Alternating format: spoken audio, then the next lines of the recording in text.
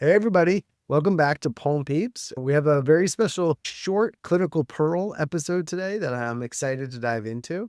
We are joined by Jon Rosenberg. He is an assistant professor of neurology and neurosurgery at Westchester Medical Center, New York Medical College. He's also the associate program director of the Neurocritical Care Fellowship at Westchester Medical Center and a frequent contributor to the Neurocritical Care Society podcast. So definitely make sure that you check out that podcast if you're looking for more neurocritical care. Jon and I also worked together when we were at Columbia. And so I was very excited to hear from him. And he reached out to me because he wanted to talk about this pearl. But thanks for coming on the show, Jon. Appreciate you reaching out. Sure, Dave. It's a pleasure. I'm a fan of the show, and I guess is that I remember I think it was my first week as a fellow. We met. You were a year above me, and I was basically a neurology resident in 3 days. And you were always very professional. And I remember I think a patient decompensated, and you kind of sensed that I was a little unsure of my stage, what was going on, and you gave me some really good advice. And I think throughout my fellowship, you always had a good way of answering questions and giving me advice without making me feel foolish for asking the question. Well, It's a I'm glad table to hear that. That's like the name of the game, I feel like, right? athletes. I'm sure you were answering my questions in the exact same way and are doing it for people going forward, which is great. Hopefully after 5 years, I can teach you something now, Well, finally. 100%, you taught me already, so let's share it with everyone else. So, Cool. the way this episode's coming about is that we did over the summer, I'm sure many of you guys know from listening, our rapid fire journal club series on landmark ARDS research. And in that, we talked about the PROSEVA study and we talked about proning. And we mentioned, I think, during that episode that patients who had elevated intracranial pressure were not included in that trial. And I think we may have even referred to it as a contraindication. And then Jon reached out to shed a little bit more light on this. So, Jon, what did you want to talk about today? Sure. Basically, often this even came up from my ICU when I went to prone a patient, but often elevated often elevated ICP is it's listed as a contraindication to proning, and I want to explore this idea and really demystify it because, in my experience, I'd say that elevated ICP is a relative caution to proning, but I would not consider it a contraindication. And again, I'm not. These are just my opinions. I wouldn't. Don't please, audience, don't use these as guidelines. But back in the day, and to a certain extent nowadays, the neuro ICU and the medical ICU populations were somewhat distinct. Patients who presented with elevated ICP who required invasive neuromonitoring or emergency neurosurgical decompression classically went to the neuro ICU. Those who presented with respiratory failure, ARDS, who required advanced therapies went to the medical ICU, maybe CT ICU. And back in the day, if a patient in the neuro ICU downstream in his or her hospital course developed ARDS and required consideration of proning and ECMO, often they would transfer to a different ICU, to a MICU. And often there's good reason for these transfers. It's just because different ICUs are more adept at caring for different populations. However, with the pandemic, we saw really a blending of pathology and staffing in the ICUs. And at the two institutions in which I trained, in many of the neuro ICUs across the country, we saw a lot of ARDS. And clinicians and nurses who staff these units, we learned how to prone patients. And then we continued to prone patients with neuropathology, including those with elevated ICP, even throughout the pandemic and even after the pandemic and still today. So I'll still prone patients when I need to, even if they have elevated ICP. So I wanted to hopefully walk the listener a little bit through how to do this and my thoughts through this. I find I've had good success with proning, and I think that in the right population with ICP, we should still use it. We shouldn't deny this potentially life-saving therapy.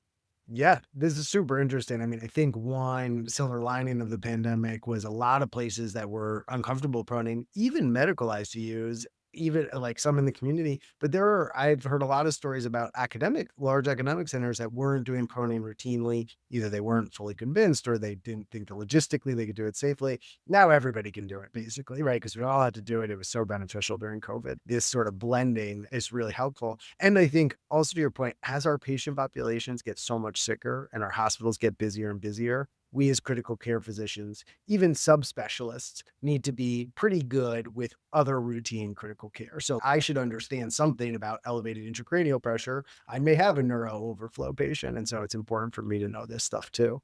So yeah, I think the first thing I'd like to ask you to try to demystify this is which patients with elevated intracranial pressure and respiratory failure are you like, hey, this could be a good option? And is there some component where you're saying, actually, we can't prone in this thing because of X, because they have a bolt, because their pressure is too high? Or is it anybody really? And you're just saying, as long as we can do some practices safely, we could have any of these patients that we could put into the prone position.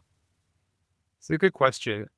For the most part, I've prone patients with ICP, elevated ICP from different pathologies, be it global cerebral edema from anoxic brain injury, liver failure, patients with focal lesions from TBI, or large intracerebral hemorrhage, um, large ischemic stroke with mass effect.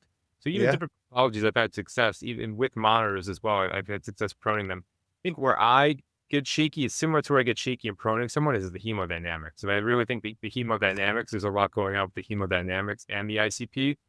Then I start to think, would ECMO be a consideration? Often it's difficult because that patient already has brain injury. So that's a whole, and then are they even going to be safe with or without anticoagulation on ECMO circuit if they have an ICH or something? So obviously ECMO is a tough sell, but it's actually for me, ICP is not, I'm to me, like it's not the main contraindication. More contraindication is, can I flip that patient? A Right. patient was 300 plus pounds. That's patient kilo that multi-pressor shock. Patients who I normally have difficulty have think twice about proning. Those are the patients that have concern proning. The actual ICP itself, it's to me, it's actually not that. I don't use that as my contraindication. That's Uh, great. That's great. So we have a real our patients. We should really consider it for anybody who we think he can safely prone otherwise. So before we get into some of the tips, can you tell us what's like the theoretical concern with proning somebody who has high intracranial pressure? Like, why are people worried about this? Why do you think this was again a contraindication or something that wasn't commonly done previously? sure. So you can get into trouble proning if you prone with ICP, you can get into trouble for a few reasons. One, you're not going to have the patient's going to be very sedated. They're also going to be flipped over. She's not be able to assess. You won't be able to assess their pupils and motor response. So maybe more difficult to understand, is that ICP getting worse or is that brain injury getting worse?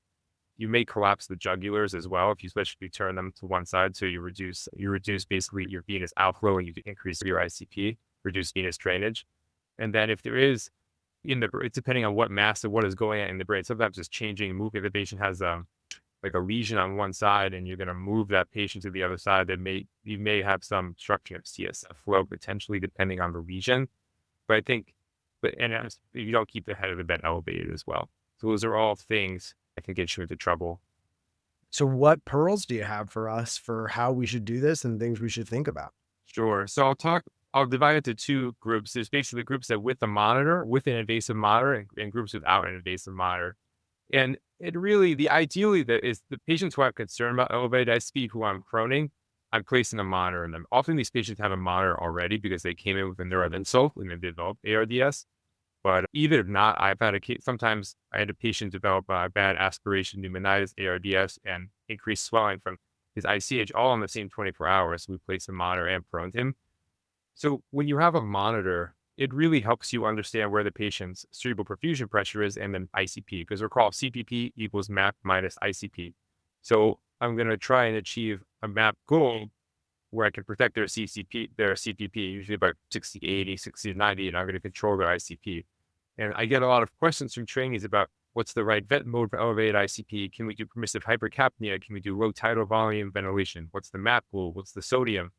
And if I have an ICP monitor, it becomes easier to answer those questions because all things in critical care, there's certain norms that we follow, but the day-to-day management is very patient specific. So if I have a monitor in that patient, I can know how much I can stretch their hypercapnia. I can know how high I have to bring the sodium. I can know, do I have to really raise this MAP? Or if the ICP has now been well controlled, I can just do a MAP above 65 and potentially have a CVP still of 60. So I Yep. think having a monitor before it helps a lot. In general, the universal precautions I do. So I want really, it's when you're flipping someone, especially if they have a monitor, it's all hands on deck. I've got the nurses, like the senior nurse who you trust, who you really want there, your RT. Like I'm usually in the room. I solo, like we're all hands. And what I try and do is keep that head, when you flip the patient, I try and keep that head in midline.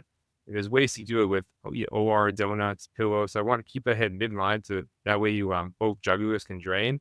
And especially if you have it doesn't really matter as much with the some monitors are placed on one side, so you don't want to flip the side that the monitor is on, but ideally the head of bend midline. And usually I can achieve that. If you cannot achieve that for some reason, then what I try and do is whatever if the patient has an IJ, I try and turn them to the side where that IJ is collapsed. So if they have a left IJ, for example, I'll turn them so the head is facing the right, so that left IJ. So you have that open IJ, similar Mhm. to they have a dominant IJ, like that dominant IJ open. In general, then these patients, it's similar. Patients, one of the ways to treat ICP is sedation. You lower metabolic demand, lower blood volume, lower blood flow and blood volume. So similar, these patients are still going to have a RAS of -5, but you have the monitoring, and that's your exam. So I'm going to Okay. sedate them, and then I'm generally going to try and keep a higher MAP pool. If the monitor is in, then I can easily titrate it. But if the monitor is out, I may do like a higher MAP pool, let's say 70, 75, sometimes 75, 80. That way I know I have a little bit of buffer where my CPP is going to be, my ICP is 20, 15. I know my CPP is still going to be above 60. And that way, even if you set a MAP goal of 70, 75, that means it's not going to dip below. If you set a MAP goal of 65, it's going to dip below 60 until someone brings it up to 60. So this way it gives you some of a buffer. And for sodium management, it really depends. It's patient specific. Let's say you don't have a monitor. I may keep the sodium at 140 or greater than 145. It just depends on often it's a case by case basis. But with a monitor, I can then ideally with sodium and hypertonic saline, you want to you want to treat symptom based. So if you elevate ICP, you then bolus. If you don't have that monitor in, then you may have to do prophylactic higher sodium goal.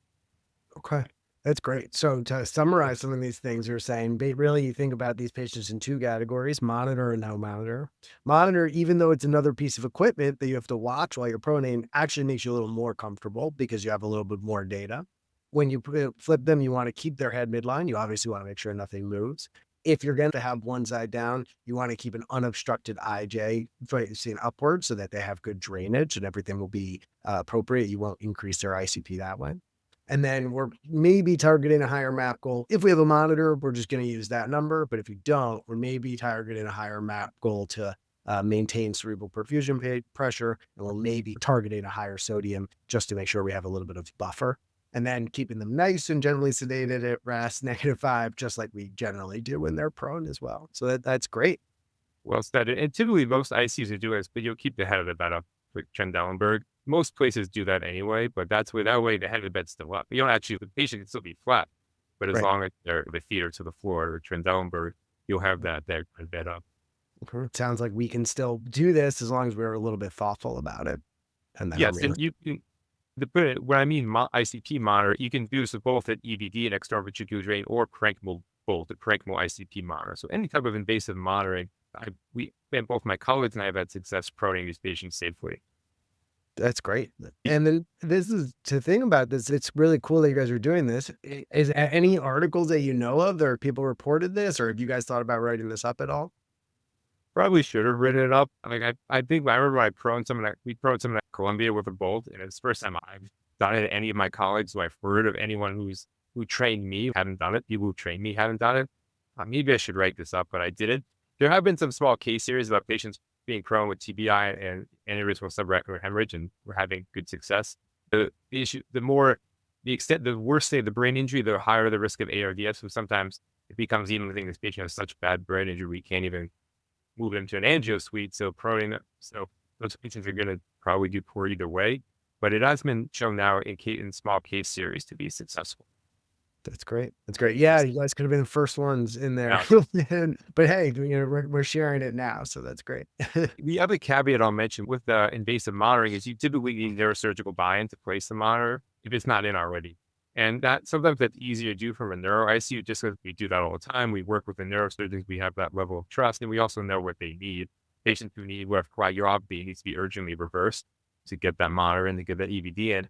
Depending on if you're placing EVD, depending on the monitor, you don't always have to. Sometimes you have to send the patient down for a scan afterwards, or at least before. And if it's EVD, they'll want a scan beforehand. You often don't need a scan after, pending the scenario. So that, depending on the patient's stability, that might be an issue. Can this patient leave the unit? Even if so, there's still sometimes workarounds. I had a case recently in one of our neighboring ICUs. The trauma anesthesiologist and myself, we were good colleagues, and we had a patient with a transplant patient with elevated ICP, meningitis, bad ARDS, who's being Mm, pro on nitric, and couldn't get the ICP down. So we actually put a lumbar drain in the patient because we couldn't get the patient, nice. or we couldn't get the patient off floor for a scan. Patient's ventricles, he had communicating hydrocephalus, so we put a lumbar drain and controlled the ICP that way. Didn't have to take him off for a scan. So there are Wow. nifty ways sometimes we can work this out. So I think it's a nice, good pearl because I think these patients, if the right part of it, you may not know the right plan or how to do it, but getting the right people to think about, is there a plan? Is there something we can do can help these patients? Definitely. And then to wrap it up, the last thing I want to ask is if you do prone someone and they have elevated ICP beforehand, whether they have a monitor or not, what are the things you would look for that would say, hey, we gave this a try, we should have, but this is not working. We got to flip back. Aside from the hemodynamics and respiratory that we always are looking for, anything with the intracranial pressure where you would say, we just flipped them and then now I'm seeing that my pressures are a lot higher, or I'm seeing a change in my pupil exam or something like that, where you're saying, hey, this is a good or worth shot, but this is a red flag that we have to go back on the back and reassess where we're at. So with the monitor, it becomes a lot easier because I could see the monitor. If that patient's not responding to basically to all my medical therapies, which I have, which would be hypertonic saline, mannitol, deep sedation, paralytics. I may even try pentacarb at that point if I really need to. So I think if I flip the patient and the monitor, let's say it just goes, it was 20 and now it's 60 and nothing I'm doing working, I may flip that patient back for a little bit to try and get better control. So if you had major concern, you'd really want the monitor first. And then if you did have it and you saw a big jump, then you'd may try a few medical therapies, but maybe put the person back and see if you can get better control. That's great. That's great. John, this is really interesting. We appreciate you reaching out and then coming, agreeing to follow up and share some of these pearls. And we'll definitely get this out to our listeners. If they have any questions, they can write back to us and we'll pass them along.